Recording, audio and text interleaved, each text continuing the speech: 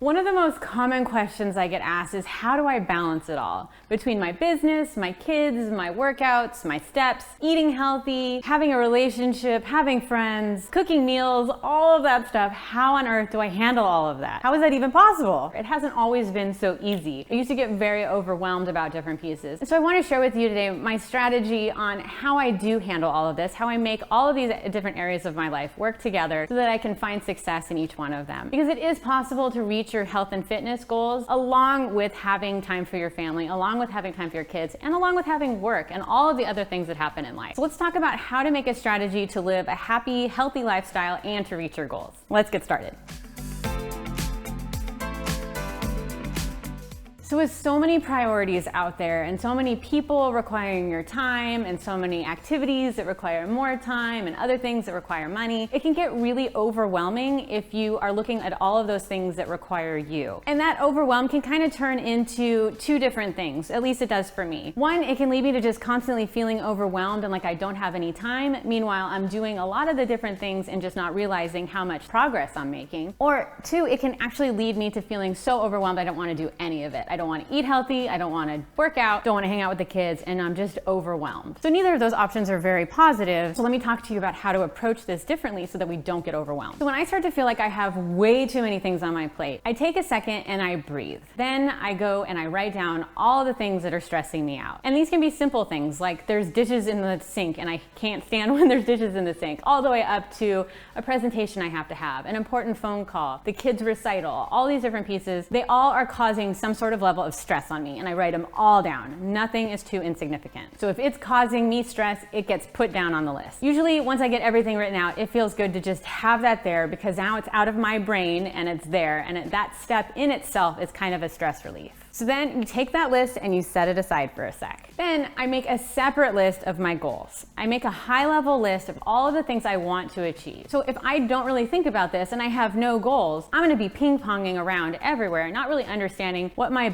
basic direction in life should be. So Lewis Carroll wrote, "If you don't know where you're going, any road will take you there." And that is so true. If you don't have any goals, you're not going to have any understanding of what path to take. So for me, I like to break down my goals into my top priorities, where all of my goals kind of center around. And that's my family, my business, and my health. So for me, these are really the top aspects of my life. And fortunately for me, the way that I've set up my lifestyle is they all kind of relate to each other. My health is very much tied into my business, and my family is also tied into all of them as well. Not everybody's going to be the same, but for me, I value having all of those interrelated and overlapping. So then for each one of those top high-level priorities, I break those down into what my specific goals are for each one of them. So for my family, I want to be there for them. I want to help them succeed. I want to help my kids learn and grow appropriately, be strong and educated, and also be there to support them as they need it. I want to be present and be there for them with a solid foundation, have good parenting, be a good co-parent with my husband, and basically be there for them for their soccer practices, recitals, if they need homework, or if we're just having fun family time at home. For business, I want to use my platform on social media and my abilities as a CEO of several companies and basically help people get motivated and learn how to get and stay healthy and live healthy, happy lives. And I also want to improve my skills as a business owner, a manager, a creator,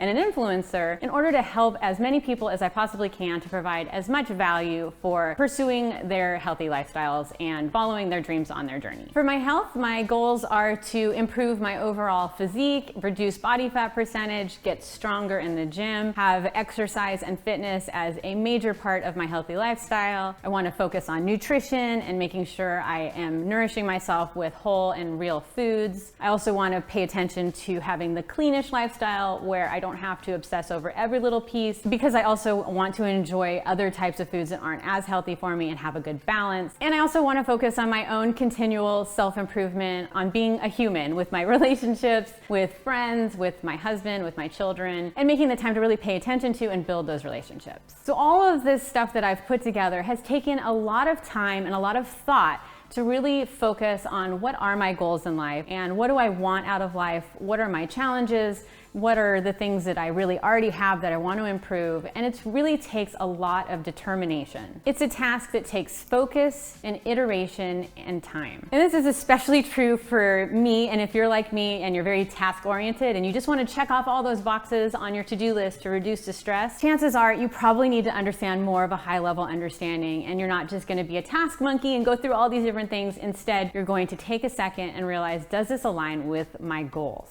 So I encourage you to really focus on this stuff. And my goals are kind of constantly getting reassessed and narrowed down and broadened out and all these different pieces as life changes, because nothing ever stays the same. So as I've become more of a business owner, that's become more of an important role in my life. And so I want to make sure that my goals align with that. So now that we have our high-level goals kind of understood and really focused, then you take that back to our task list and all of those things that are causing us stress. And then what I do here is I assess those tasks and all those different things I have to do by the level of priority. And these tasks will have different levels of importance and different levels of priority. So it's really important to take a step back and really look at it now that you have a better understanding of the big picture of what really matters. So with each task, I ask myself the following questions. Does this task align with my goals? If so, which one? Will this task bring me closer to my goals? And if so, is this the most important next step to take me closer to that goal, or is there something even more important that should be prioritized over that? And